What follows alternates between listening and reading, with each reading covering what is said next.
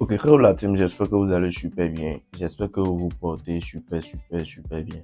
Alors, bienvenue à vous dans cette toute nouvelle tuto. Aujourd'hui, dans cette vidéo, c'est la suite de notre toute première séance qu'on avait fait parce que j'ai démarré une toute nouvelle séance avec les débutants. Alors, toi qui me suis ici actuellement, bonne arrivée. Voilà, et abonne-toi à la chaîne et puis active la cloche de notification histoire de ne pas rater mes prochaines vidéos à venir. Ici, c'est Jimmy Bass. Alors, voici maintenant notre deuxième séance, d'accord?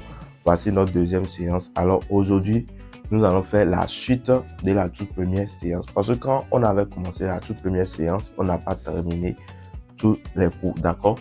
Donc, ici, aujourd'hui, je vais vous donner le nombre de casiers qu'on a ici sur cette jazz bass. Donc, ici, je vais vous dire simplement, on a 20 casiers, d'accord? On n'a pas beaucoup de temps pour compter tous les casiers, d'accord? Donc, si vous voulez, vous pouvez les compter vous-même, d'accord? Vous pouvez les compter vous-même. Mais on a ici 20 casiers. Bon, sur certaines basses, vous allez trouver 24 casiers, 24 et 20, d'accord? Alors, bref. Donc, ici, maintenant, est-ce que tu sais comment garder ton instrument? Tu sais comment tenir ton instrument pour être bien à l'aise pour jouer? Alors, si tu prends ton instrument, il faut que cette partie que vous voyez là, d'accord? Il faut que ici, là, se pose sur votre pied droit. D'accord? Voilà. Ou un peu. Et ici, contre votre. Donc, quand vous posez bien votre instrument comme ça, voilà, c'est pour la main droite, il faut poser ça comme ça. Vous voyez ici, sur cet espace que vous voyez ici, là, d'accord, vous allez poser ça comme ça, ou un peu, pour être à l'aise et jouer. D'accord? Bon, certaines personnes jouent même ici, hein. Vous voyez un peu, certaines personnes jouent ici, certaines personnes jouent ici. Donc, ça dépend de ce que tu vas jouer. Parce que quand tu joues ici, ça ne donne pas les mêmes sons que quand tu vas jouer ici. Vous voyez un peu. Ok.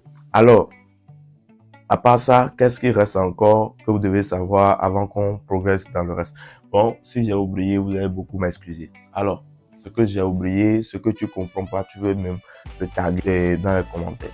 Alors, n'oublie pas de t'abonner à la chaîne et puis n'oublie pas de liker, de partager avec tes amis. Voilà. Ici maintenant, il faut que je te montre, je t'explique les notes des 4 cordes. D'accord? Parce que sur la guitare basse à 4 cordes, chaque corde a ses notes, d'accord? Chaque corde a ses notes. Alors, si on vient ici, nous allons prendre déjà la toute première corde, qui est la corde de sol, d'accord? Deuxième corde qui est ré, troisième corde qui est la, et puis quatrième corde qui est mi, d'accord? Donc, ça fait mi, la, ré, sol, ou un peu. Donc, voilà. Maintenant, il faut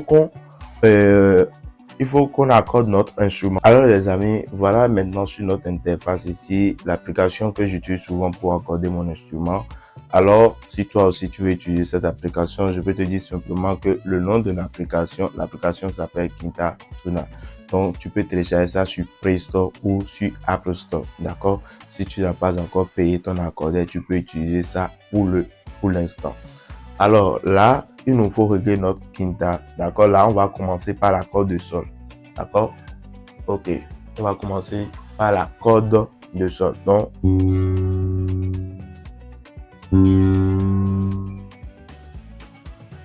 alors c'est bon. Maintenant, on vient sur la corde de ré.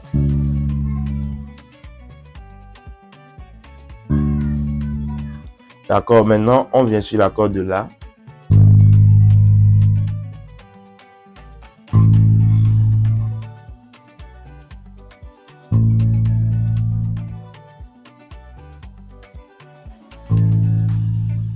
Ok, c'est bon. Pour terminer, on prend la corde de mi. Et la corde, quatrième corde.